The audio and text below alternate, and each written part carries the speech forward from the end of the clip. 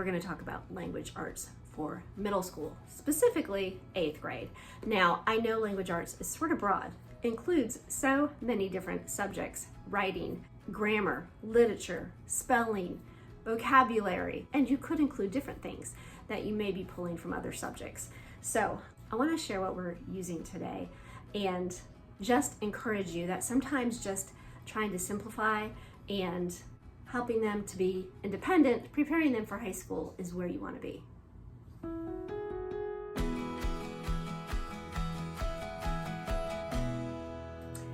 Welcome to Learning with Boys. My name is Rachel. I am a homeschool mom.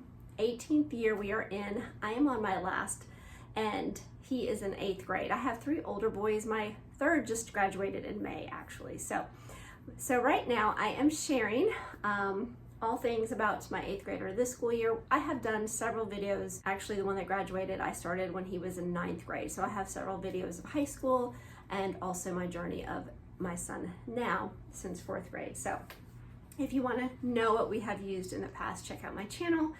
Now, I am talking about 8th grade. This is the final year of middle school, and we really want to try to prepare them for high school. And how do we do that? We just do the next thing. We find the areas they're struggling in, and that is what we focus on, and we just try to keep moving forward. So that is what I have done with our language arts this school year. It is actually different curriculum than we used last school year, but it is something that I'm very familiar with. Most of it is going to be from IEW, which is Institute for Excellence in Writing. So I'm going to share exactly what he's using. I'm also going to turn the camera around and give you a look inside of where we are at and give you an idea of how things are going with this curriculum this school year. I know when you're choosing and picking from IEW, it can be a little bit of a challenge of where to even begin or start if you're new to this. So I'm going to tell you about that also. Okay, so for his grammar, we are using the IEW Fix-It Grammar Robin Hood Student Book Level 3. You can look inside the book and see what they're going to be going over and what week. He has done Fix-It before, and I just thought this would be a great place for him to start. Now, I'm also going to turn the camera around and show you the inside of that book. And this writing book, Modern World History-Based Writing Lessons. Now, I did do a video just about just like a look through of this, but I want to show you where we're at and how things are going with this. Okay, so why did I and how did I make a decision to choose a themed book instead of the student writing intensive? Well, first of all, like I said, I am familiar with this. I have 3 older boys who have all used this throughout the years, not every year, but my one that just graduated actually used the level C writing intensive, and I actually have a video where I share about that. I will link that below. So I went ahead with him. He's going into 8th grade.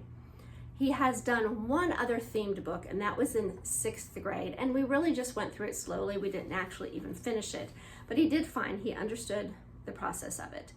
So I thought I would do the free 3-week period for level B. They have a level A, which I think is 3rd through 5th grade. A level B, I want to say, is more the middle school, and then level C is the high school. So he did the free trial, and it went fine. He did fine. He watched the videos, but I felt like some of the material, he was just sort of borderline. Like he was almost in between the level B and the level C, because it's all based on the level of reading and the information. The concepts are mostly the same. So you're learning the same thing. It's just at a different level. So I thought, I already have level C. Let me do a themed book this school year, and then we will do level C starting in 9th grade. That is my plan right now anyways. So, all right. So I'm going to turn the camera around and give you a peek at where we are at with this. And then afterwards, I'm going to come back and talk about our literature. Okay, I'm going to start out with his writing. Modern World History-Based Writing Lessons from IEW. Going to take a look inside, see where he is at. Before I show you exactly where he is at, I just wanted to show you there's different units with different lessons in it. So you have writing from notes, retelling narrative stories, summarizing references, writing from pictures, multiple references, inventive writing, formal essay models, and formal critique and response to literature. So We are not too far into this. We're actually going to be on lesson 6, retelling narrative stories. This is the student book, so you're going to have just your goals that you're going to be working on this week. Your assignment, day 1, is to complete the review. I'll show you that in a minute. Read the mechanics, read the story, then write a KWO, and I'll explain that to you, and cover the source text and tell the meaning. So you're going to write it and then retell it to somebody. And then it gives you directions for day 2. This is so helpful. It really gives you some goals to set forth. I will tell you that a lot of times we may stretch this over a week and a half. It's usually not 2 weeks, not right now anyway, since they're pretty short. But depending on our other workload, he does have narrative writing that he does for his history. So we are able to be pretty flexible with what we are doing right now. So on day 3, review vocabulary, finish writing, turn in your rough draft. And then on day 4, you're going to be typing it out, paper clip the checklist, and final draft. Let me talk about some of this real quick first, so you have an idea of what all that's going to look like. I'm going to grab his writings that he has done so far, and I covered up his name. He does do a written rough draft, he has a regular typed rough draft, and then he'll do a final. Just wanted to give you an idea on that. Now, I do focus, because they do tell you to, and this is in the back of the book, I'm going to show you real quick, the MLA format. So I do focus on making sure that he is doing that correctly right now to get in the habit. All right, so we turn the page to day 4. When it talked about on day 1 to do review, it said play a vocabulary game. From the teacher's manual, the first paragraph of your story includes what 2 things. This is review from things that you have already learned throughout the book. We don't really do the vocabulary. I will actually do all this orally with him. Read the description of the setting in your story from lesson 5. We don't necessarily do that. I do want him to know what is needed in the first paragraph of your story, the second paragraph, and the third paragraph. If I feel like it's necessary and he's struggling, I may do something like this. So then different days, it will have you read different sections. They'll have a historical information on the story. They'll have the mechanics. Then they'll have the source text and your keyword outline, which is your KWO. So this is going to be a little bit different than we've done so far. You're talking about character and settings, conflict and problems, and climax and resolutions. You're pulling these answers from the story and filling in this. And then he should be able to read this back to me, telling me the story. Now, there are a couple more things that he will learn about before he does his final writing. Developing a setting, strong verb dress up, and he'll learn about some banned words, synonyms for say and said. Okay, so we begin to learn about these banned words, which IEW teaches even in its intensive writing, usually towards the very beginning. Now, I do have this one book that I've had for many years, and I'm pretty sure they still sell something similar. It is the Student Resource Book, and it does have a page in there of the said words you can use, and also the get and got. They have different samples you can use. So we will pull this out to give more ideas also, but they do give some in this book if you don't have that. Help you think about using some more descriptive words. Now, then they have a style practice where you'll be practicing the things you have learned, strong verbs, why adverbs, a who, which clause. And the way they word it is you may be able to add that into your story already. So you're sort of working on some things that you can use in your story. You'll have vocabulary practice. These are the vocabulary words for lesson 6. Now what I end up usually doing after we're done with them for that week, I will cut them up and just put them on these cards. So I like that there's a picture that goes with it. For some kids, this is helpful. not all, but for some, a visual, and on the back, it just gives you the meaning and then how you could use it in a sentence. So what it comes down to is once they've written the story, you as the teacher are going to go through and make sure they did all these things in each paragraph. So you have 1 paragraph, 2 paragraph, 3 paragraph. Did they do an MLA style? Title, center, story follows the story sequence. Each paragraph contains at least 4 sentences. Checklist on top, final draft. Now this is something I have talked to him about, but have not. What you do is you will make a copy of this or cut it out. They actually have little scissors where you can cut this out. And then you would turn this copy in with the rough draft with your final draft. I have not had him do that, but when my other son was in a co-op and did a class, he automatically did that. He would make a copy, have it all stapled and ready on his own. So, but I have talked to him about it and the importance of having that all together. Okay, so then for each paragraph, you have to have an ly word. Now, these are things that he has slowly learned up to this point, and they will continue to add different styles, a who, which clause, and a strong verb in each sentence, and it will tell you how to mark them. And then check for banned words, so you don't want to have any of these words in there. The mechanics, capitalization, end mark, and punctuation, complete sentence, does it make sense, correct spelling, and a vocabulary word. I usually try to encourage him to maybe use 1 if possible in each paragraph, but it really is only asking for 1. So this is so helpful. This is my grading guide, and I'm grading it by.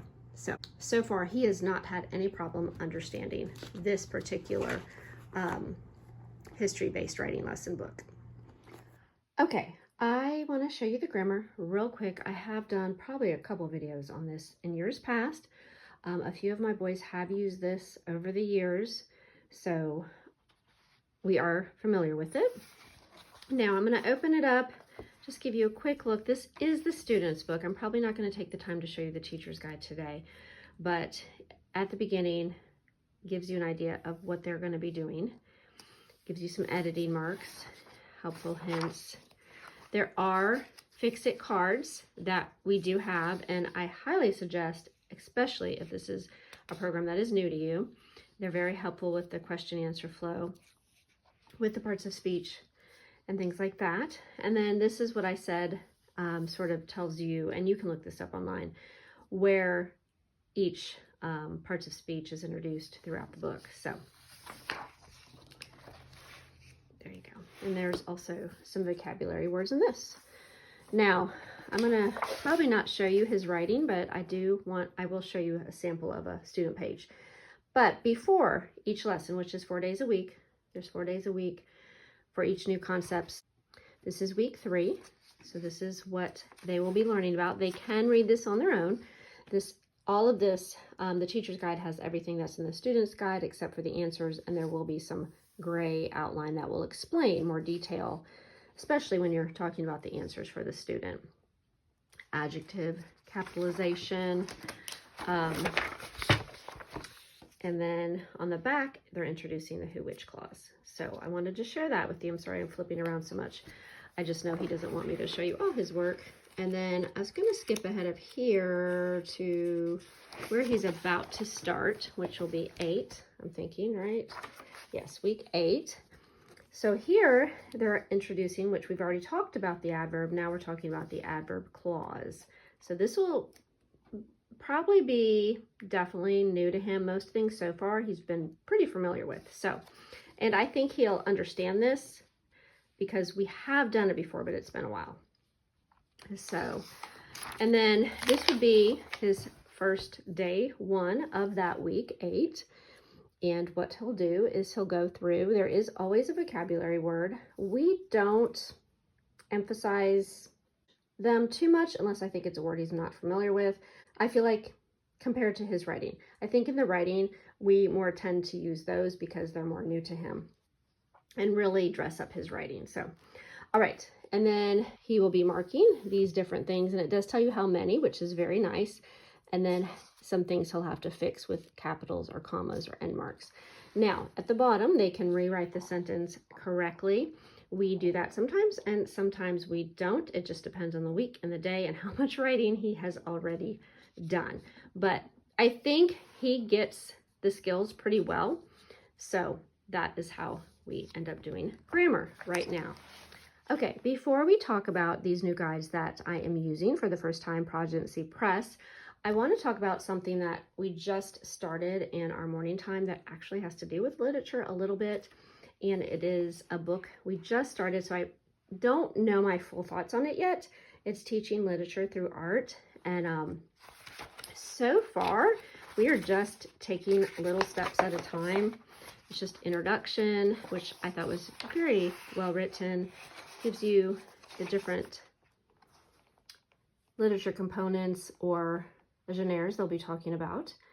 Here, we are really just finished up Tall Tale, which he knew what that was as a middle school boy. You know what a tall tale is.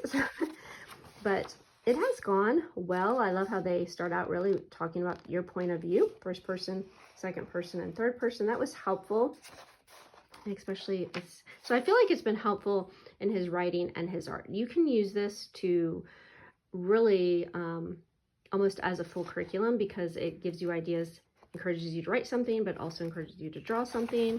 But we are just reading through it. He's drawn a few things here and there, but we haven't. I'll skip ahead a little bit. There's a sonnet, and then it does give you ideas about artwork also.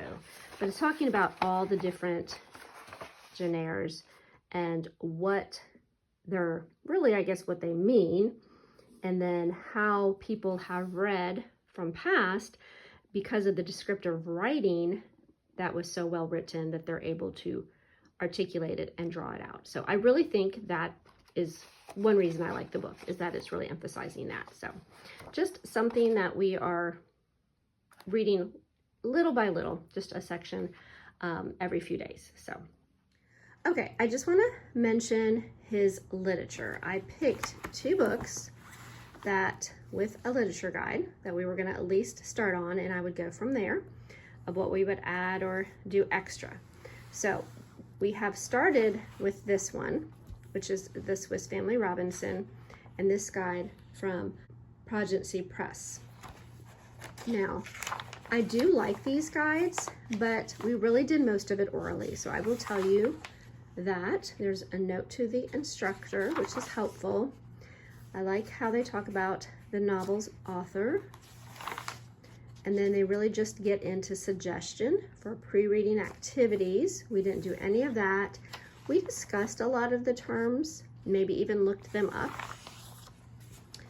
And character study, cause and effect, just giving you some ideas. They have dig deeper. I may have picked 1 or 2, but usually we did not do that. And then they have class discussion, and we did not do that either. So my son does love to read. I was very surprised that he sped through this book as fast as he did. So honestly, he got ahead of me. We did make it, I think, through this section, just going over things, thinking about the story, digging deeper, trying to give you an idea of what each chapter, and then simile and metaphors, we talked about that with him. So again, this was all orally discussed. There is scripture, and we talked about that maybe a couple of times, but I do notice that they have questions.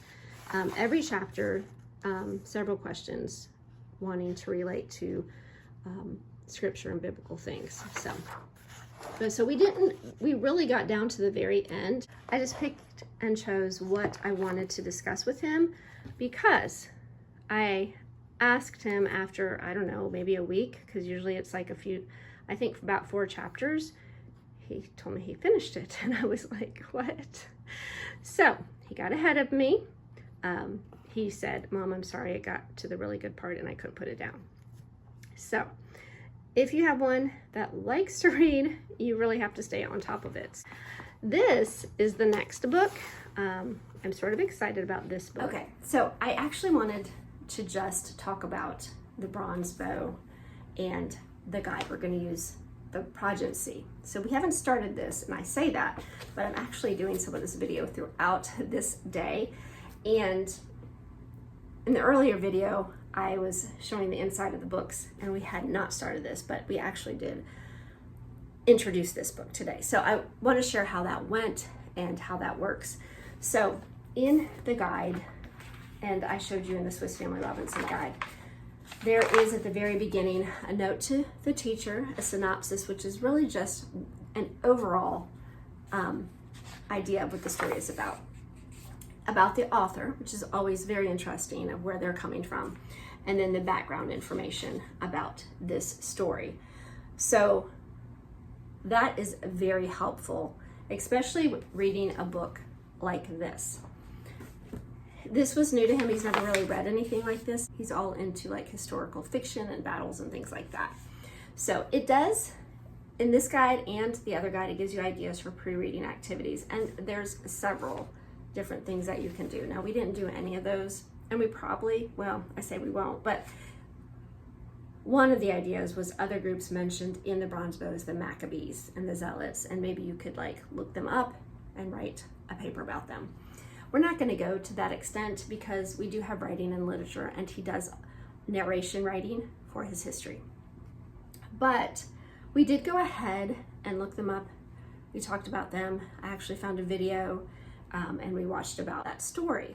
So I felt like that was actually very helpful and visual. I think that helped him too. So another thing is, and I think we do have some maps of the area that might help him that I will pull out as he's reading this book. So I think that'll be very helpful. And there's always scripture. Even one of the things here is in the first chapter, several Old Testament heroes are mentioned, and to read the scripture listed below and match with the person like Joshua and Gideon and David becoming Messiah and Samson. So, and then it gets in, you're supposed to read chapters 1 and 2 and work on some terms and definitions and things like that. So they also talk about conflict and mood. I cannot remember everything else I've seen, but I will give you an update on how this is going when I do my actual curriculum update, probably in another few more weeks. So, but I wanted to give you an idea. This to me is a guide we won't write in, but it is a helpful guide to talk about the different things about the book itself, but also talk about like conflict and mood and understand those terms in literature. So, all right, I hope this was helpful. If you have any questions, please comment below. Love to know what you are using, whether any middle school grade, 6th, 7th, or 8th for language arts. If you have a question about anything specific, I know I've done some videos on IEW. This is our first time using a Progency guide. So this is new to us also. I am looking into something else for literature. I will share that with you in the future. So, all right, I do appreciate you all watching. I hope this was helpful. I hope you all have a wonderful week, and we will talk to you again soon.